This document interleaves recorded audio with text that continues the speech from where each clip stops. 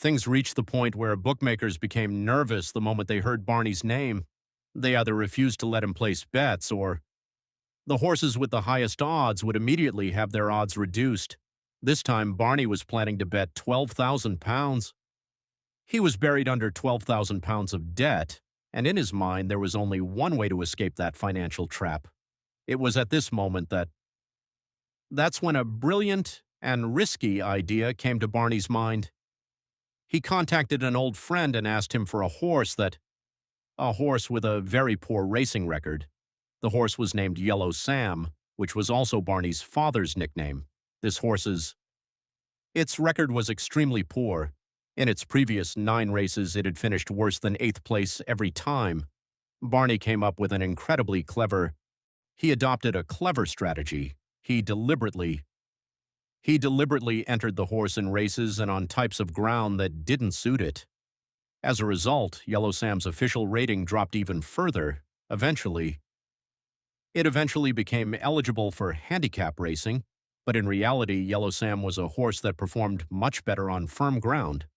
Barney had Yellow Sam become under-handicapped so that when the real race arrived, it would be able to run much faster so that it could.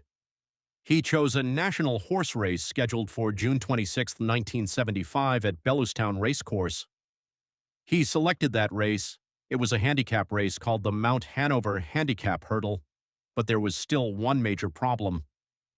Up until this point, everything he had done was only one part of his plan. There was also a very specific reason why he chose the Bellewstown track. There was only a single public telephone booth for communication. In those days, whenever a horse race was held, betting would begin across the country several hours in advance. People would start placing bets on their favorite horses at betting shops. Those betting shops stayed connected with the bookmakers. If a large amount of money was placed on a particular horse, the betting shops would inform the bookmakers, who would then reduce that horse's odds. But there was one rule. Once the race began, the odds were locked and could no longer be changed. Barney realized that if he could somehow block the only telephone line at Bellewstown Racecourse at the last moment, the bookmakers' communication with the betting shops would be cut off, and Yellow Sam's odds would remain at 20-1 until the very last moment. Would remain unchanged, but it had to be done in a way that wouldn't make anyone suspicious. If the bookmakers got even the slightest hint, they would reduce the odds immediately. The success of this plan depended on Barney's trusted friends helping him. He selected around 300 people across Ireland who would place bets on Yellow Sam at the very last moment. For this, Barney gave them cash envelopes containing between £50 and £300 each. To prepare for this operation, Barney had gathered around £15,000, which was everything he had saved in his lifetime. If the plan failed, he would not only lose everything but could also end up buried in debt and even face prison. The day of the race had finally arrived. Betting had begun at the betting shops hours before the race. As expected, Yellow Sam had the highest odds. Its odds were the highest because its official rating was very low. 25 minutes before the race began, a man named Benny arrived at the public telephone booth at Bellewstown Racecourse. He was one of Barney's most trusted friends, and his job was to keep the public telephone booth occupied. He picked up the phone and deliberately started crying loudly on the phone. The people waiting in line tolerated it for a while. Then he explained that his aunt was seriously ill and close to death. She is lying on her deathbed. I have to speak with her. It's very important. Many people sympathized with him, but the bookmakers waiting in the same line. This created a serious problem for the bookmakers. Barney had already given him clear instructions. Music.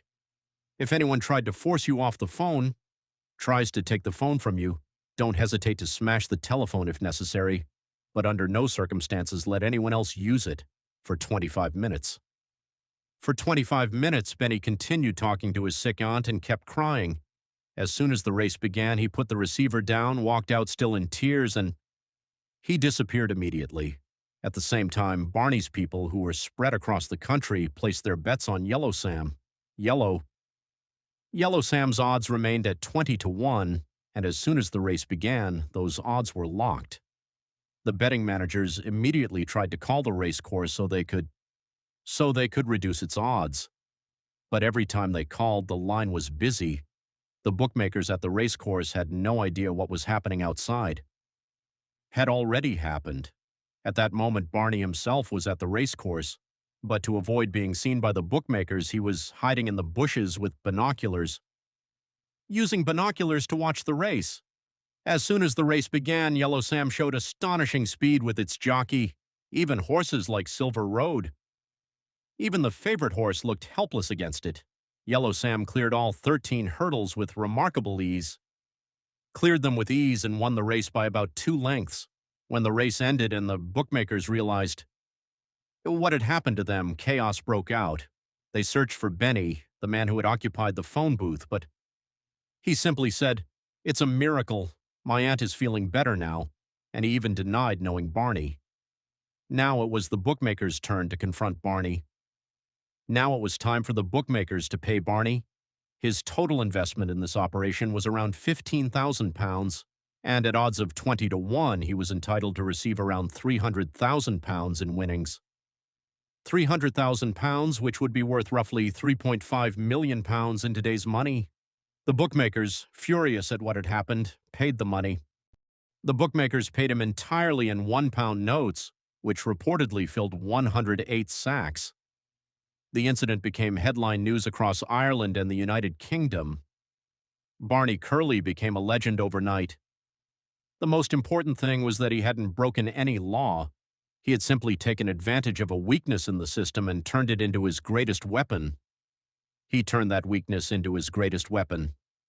After this incident, the bookmakers changed their rules and introduced a requirement that large bets had to be placed at least 30 minutes before the race. After 1975, Barney Curley carried out several small and